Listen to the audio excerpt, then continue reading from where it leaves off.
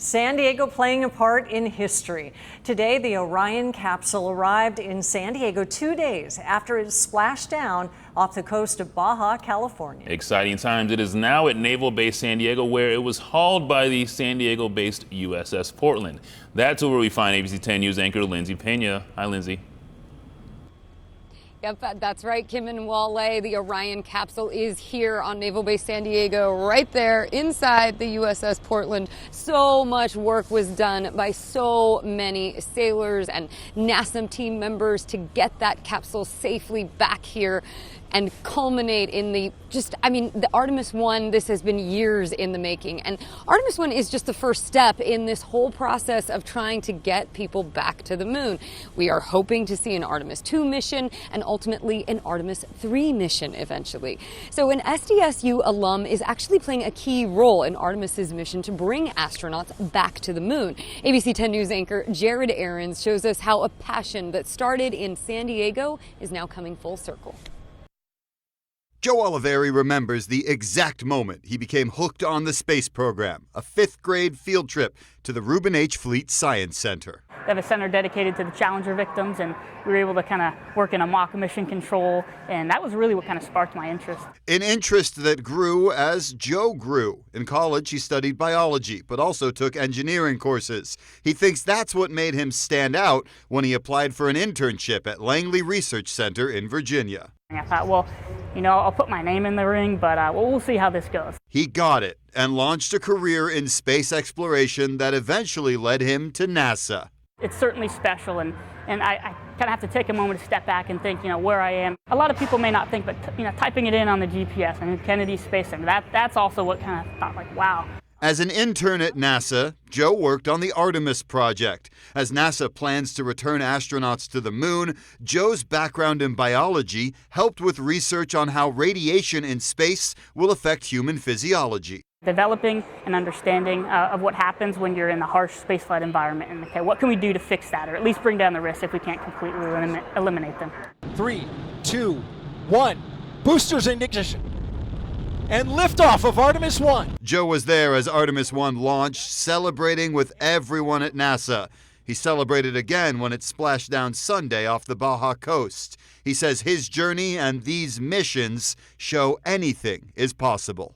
I think it's really kind of symbolic of the American dream in that way. When you work hard and you put your effort towards something, good things will happen if you take those opportunities and take those risks. Jared Aarons, ABC 10 News.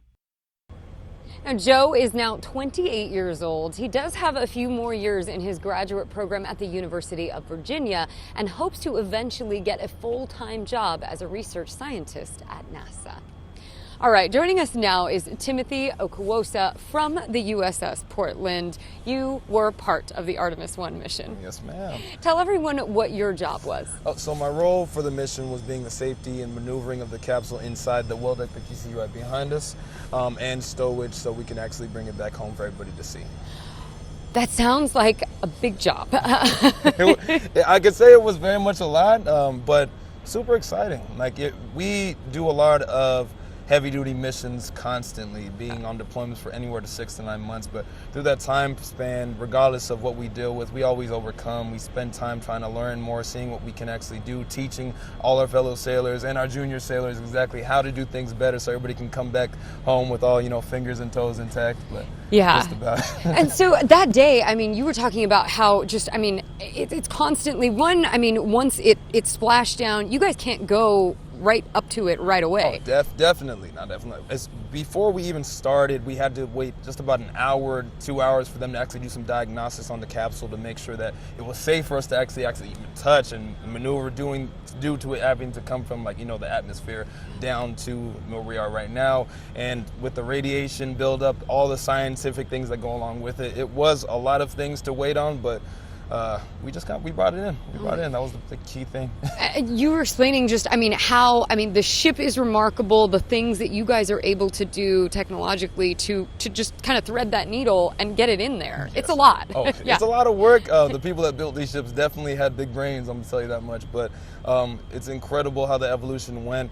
The people, the sailors, my brothers and sisters that took the time to actually train and practice to bring this stuff in, remarkable. Wow. Once you saw it safely on the ship, what was that feeling like? I felt like a kid again. I'm not gonna lie to you. It felt like I was watching a cartoon and I just saw the capsule and I was just like, wow, can I go touch it? Just to be on some funny stuff. But all in all, it just felt breathtaking. Couldn't even imagine doing this any time in my life. Oh my goodness. And just what a celebratory moment. I would imagine there was lots of cheering, lots of happiness. Everybody was going crazy. It was super fun. Oh my goodness. Thank you so much for sharing that. I mean, course. not an experience that a lot of people got to have. So Definitely not. But it was fantastic. It was fantastic. Gotta love it. thank you so much for your time. We really appreciate it. All right. That is going to do it for us here at Naval Base San Diego and our coverage of the Orion capsule. But continue to look for our coverage in the coming days. We're going to track what it does now and how it's going to make its way all the way back to the Kennedy Space Center. A very interesting and historic mission indeed. Lindsay Pena, ABC 10 News. Thank you, Lindsay. And this mission is so involved in getting to hear all the different people who took part in it and their roles. It's just phenomenal. And as he explained, it can be important and fun at the same time.